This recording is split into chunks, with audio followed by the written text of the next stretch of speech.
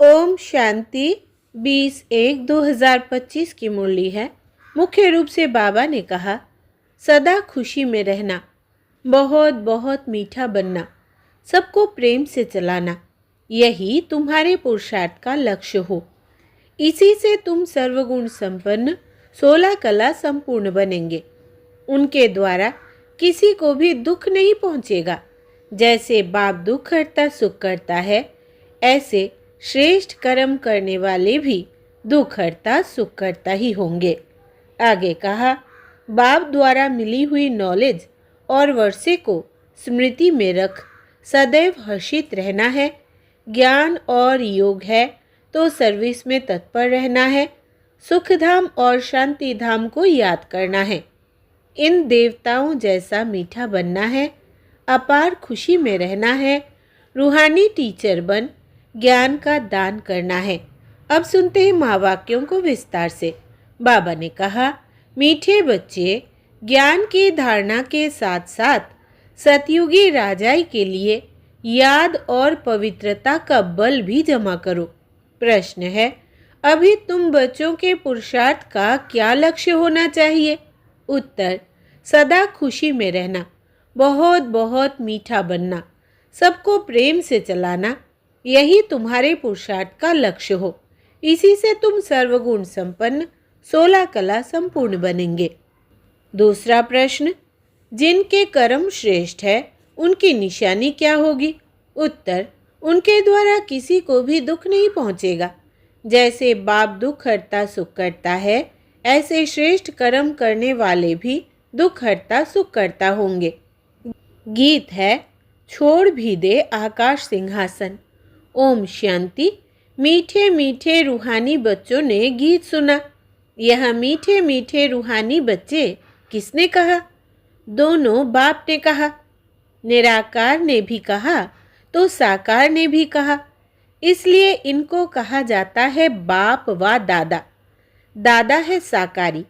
अभी यह गीत तो भक्ति मार्ग के है। बच्चे जानते हैं बाप आया हुआ है और बाप ने सारे सृष्टि चक्र का ज्ञान बुद्धि में बिठाया। तुम बच्चों की भी बुद्धि में है कि हमने 84 जन्म पूरे किए, अब नाटक पूरा होता है। अब हमको पावन बनना है, योग व याद से। याद और नॉलेज, यह तो हर बात में चलता है। बैरिस्टर को ज़रूर याद करेंगे और उनसे नॉलेज लेंगे। इसको भी योग और नॉलेज का बल कहा जाता है। यहाँ तो यह है नई बात। उस योग और ज्ञान से बल मिलता है हद का। यहाँ इस योग और ज्ञान से बल मिलता है बेहद का, क्योंकि सर्वशक्तिमान ऑथोरिटी है। बाप कहते हैं, मैं ज्ञान का सागर भी हूँ। तुम बच्चे अब सृष्टि चक्र को जान गए हो। मूल वतन, सूक्ष्म वतन सब याद है।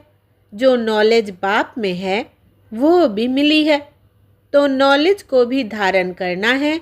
और राजाई के लिए बाप बच्चों को योग और पवित्रता भी सिखलाते हैं।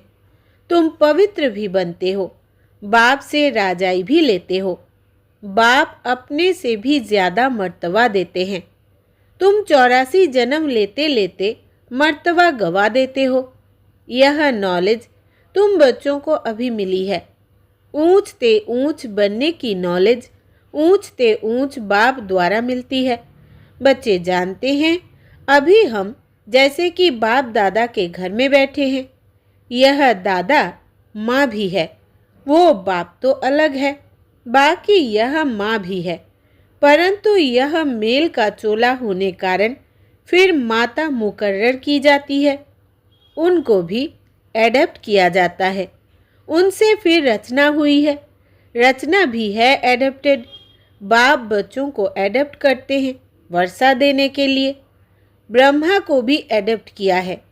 प्रवेश करना व एडप्ट करना बात एक ही है।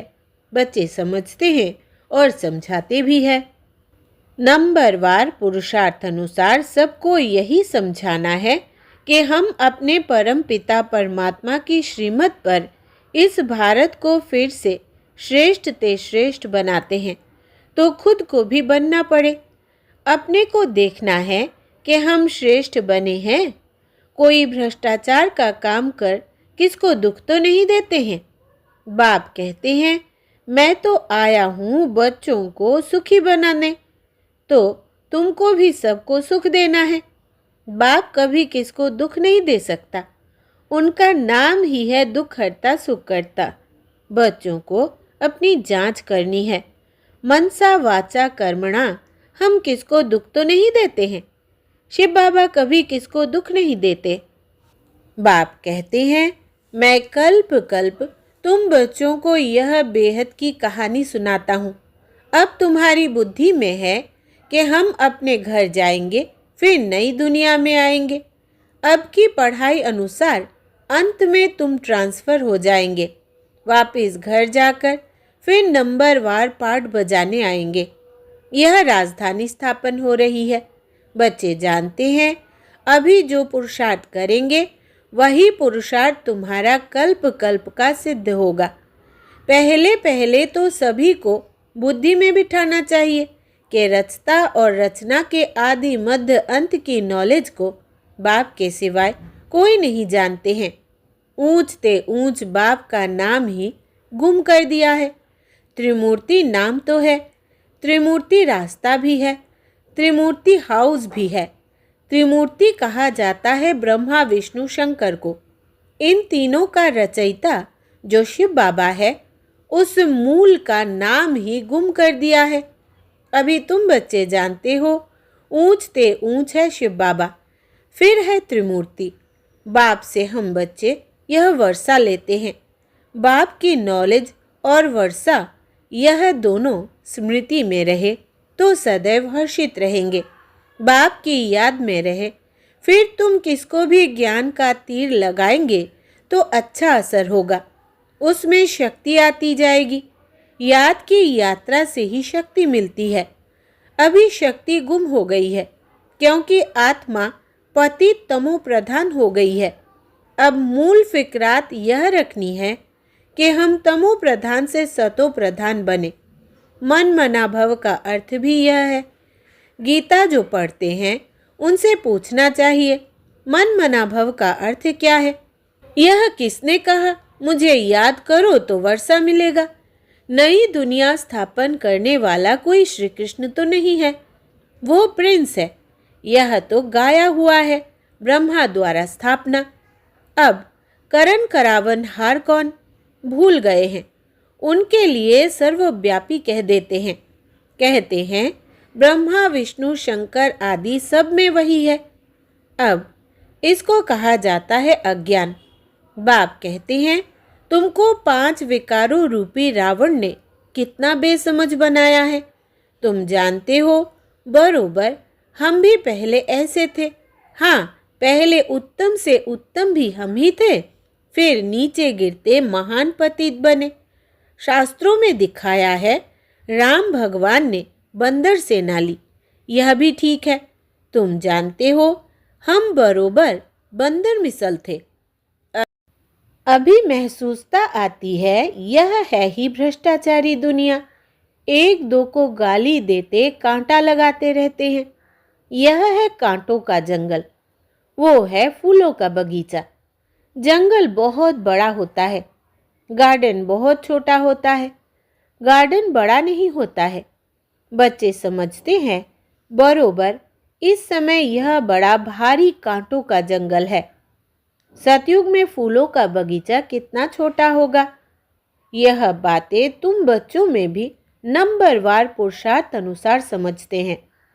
जिनमें ज्ञान और योग नहीं है, सर्विस में तत्पर नहीं है, तो फिर अंदर में इतनी खुशी भी नहीं रहती। दान करने से मनुष्य को खुशी होती है।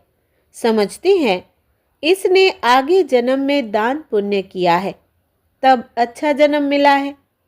कोई भक्त होते हैं, समझेंगे हम भक्त अच्छे भक्त के घर में जाकर जन्म लेंगे, अच्छे कर्म का फल भी अच्छा मिलता है।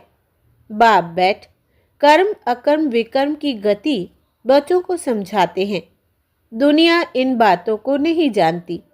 तुम जानते हो, अभी रावण राज्य होने कारण मनुष्यों के कर्म सब विकर्म बन जाते हैं। पतित तो बनना ही है। 5 विकारों की सब में प्रवेशता है। भलदान पुण्य आदि करते हैं अल्पकाल के लिए, उसका फल मिल जाता है। फिर भी पाप तो करते ही है। रावण राज्य में जो भी लेन देन होती है वो है ही पाप की। देवताओं के आगे कितना स्वच्छता से भोग लगाते हैं, स्वच्छ बनकर आते हैं, परंतु जानते कुछ भी नहीं।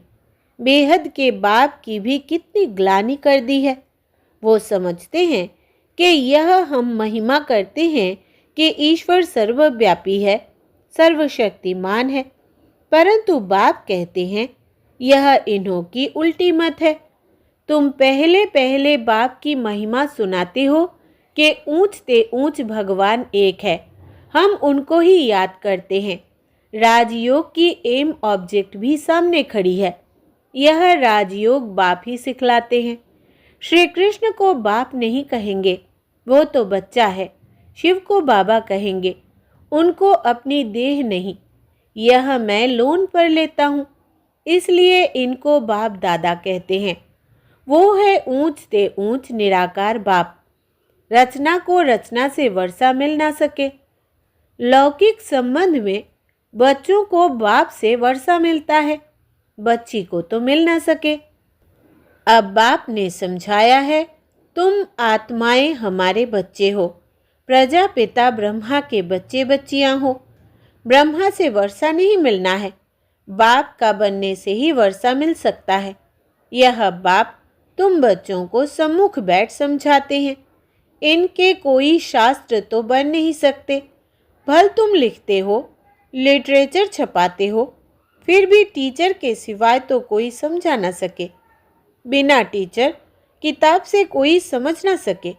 अब तुम हो रूहानी टीचर्स, बाप है बीज रूप। उनके पास सारे झाड़ के आदि मध्य अंत की नॉलेज है। टीचर के रूप में बैठ तुमको समझाते हैं। तुम बच्चों को तो सदैव खुशी रहनी चाहिए कि हमको सुप्रीम बाप ने अपना बच्चा बनाया है, वही हमको टीचर बनकर पढ़ाते हैं। सच्चा सद्गुरु भी है, साथ में ले जाते हैं। सर्व का सद्गति दाता एक है। ऊंच ते ऊंच बाप ही है जो भारत को हर 5000 वर्ष बाद वर्षा देते हैं। उनकी शिव जयंती मनाते हैं। वास्तव में शिव के साथ त्रिमूर्ति भी होना चाहिए। तुम त्रिमूर्ति शिव जयंती मनाते हो। सिर्फ शिव जयंती मनाने से कोई बात सिद्ध नहीं होगी। बाप आते हैं और ब्रह्मा का जन्म होता है। बच्चे बने, ब्राह्मण बने और एम ऑब्जेक्ट सामने खड़ी है। बाप खुद आकर स्थापना करते हैं। एम ऑब्जेक्ट भी बिल्कुल क्लियर है। सिर्फ श्री कृष्ण का नाम डालने से सारी गीता का महत्व चला गया है। यह भी ड्रामा में नूंद है। यह भूल फिर भी होने वाली ही है। खेल ही सारा ज्ञान और भक्ति का है। बाप कहते हैं, लाडले बच्चे, सुख धाम शांति धाम को याद करो। अल्फ और बे कितना सहज है। तुम किसी से भी पूछो मन मना भव का अर्थ क्या है, देखो क्या कहते हैं। बोलो भगवान किसको कहा जाए। ऊंच ते ऊंच भगवान है ना, उनको सर्वव्यापी थोड़े ही कहेंगे, वो तो सबका बाप है। अभी त्रिमूर्ति शिव जयंती आती है। तुमको त्रिमूर्ति शिव का चित्र निकालना चाहिए। ऊंच ते ऊंच है शिव, फिर सूक्ष्म वतनवासी ब्रह्मा विष्णु शंकर। ऊंच ते ऊंच है शिव बाबा, वो भारत को स्वर्ग बनाते हैं।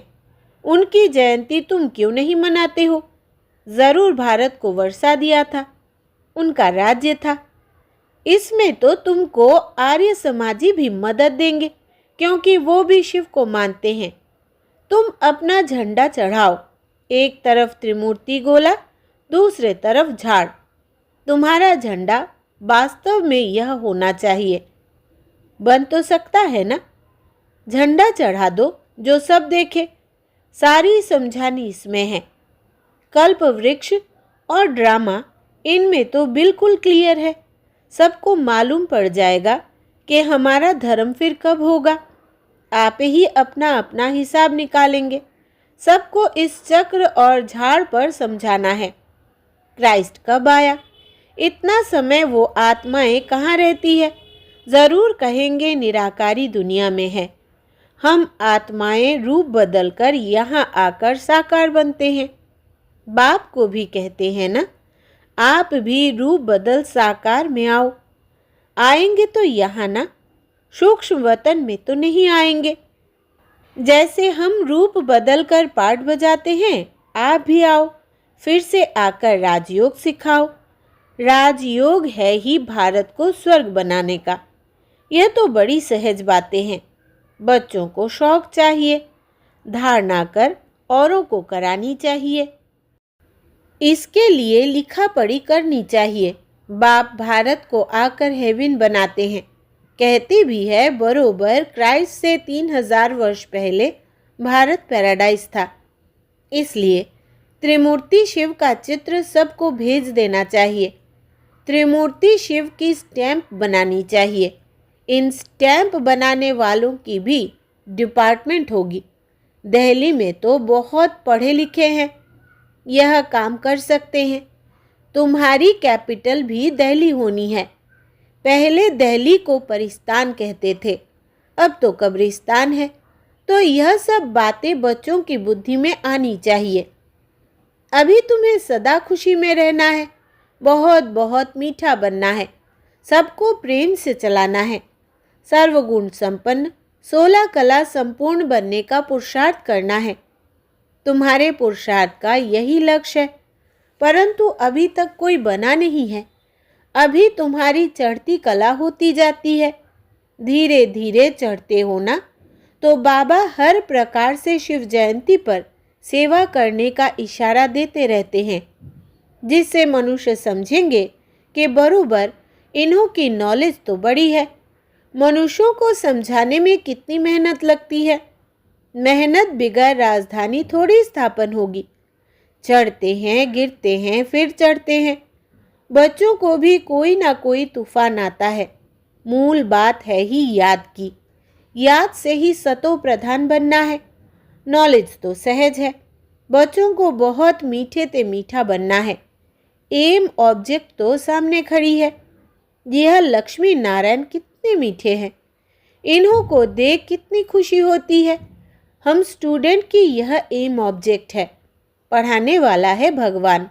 अच्छा, मीठे मीठे सिकिलधे रूहानी बच्चों प्रति माता पिता बाप दादा का याद प्यार और गुड मॉर्निंग। रूहानी बाप की रूहानी बच्चों को नमस्ते। हम रूहानी बच्चों की रूहानी बाप दादा को याद प्यार, गुड मॉर्निंग और नमस्ते बाबा नमस्ते। धारणा के लिए मुख्य सार। पहला, बाप द्वारा मिली हुई नॉलेज और वर्षे को स्मृति में रख सदैव हर्षित रहना है। ज्ञान और योग है तो सर्विस में तत्पर रहना है। दूसरा, सुखधाम और शांति धाम को याद करना है। इन देवताओं जैसा मीठा बनना है। अपार खुशी में रहना है। रूहानी टीचर बन ज्ञान का दान करना है। वरदान है आज का, देह संबंध और वैभवों के बंधन से स्वतंत्र बाप समान कर्मातीत भव।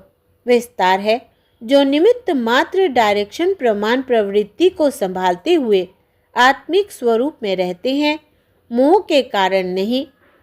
उन्हें यदि अभी अभी ऑर्डर हो कि चले आओ तो चले आएंगे। बिगुल बजे और सोचने में ही समय न चला जाए, तब कहेंगे नष्टो मोहा। इसीलिए सदैव अपने को चेक करना है कि देह का संबंध का, वैभवों का बंधन अपनी ओर खींचता तो नहीं है। जहाँ बंधन होगा वहाँ आकर्षण होगी, लेकिन जो स्वतंत्र है वह बाप समान कर्मातीत स्थिति के समीप है। स्लोगन है, स्नेह और सहयोग के साथ शक्ति रूप बनो तो राजधानी में नंबर आगे मिल जाएगा। स्नेह और सहयोग के साथ शक्ति रूप बनो तो राजधानी में नंबर आगे मिल जाएगा।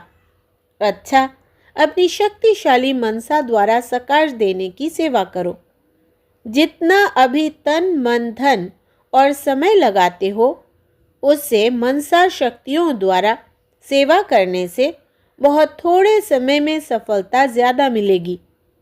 अभी जो अपने प्रति कभी कभी मेहनत करनी पड़ती है, अपनी नेचर को परिवर्तन करने की, व संगठन में चलने की, व सेवा में सफलता कभी कम देख दिल शिकस्त होने की, यह सब समाप्त हो जाएगी। अच्छा, ओम शांति।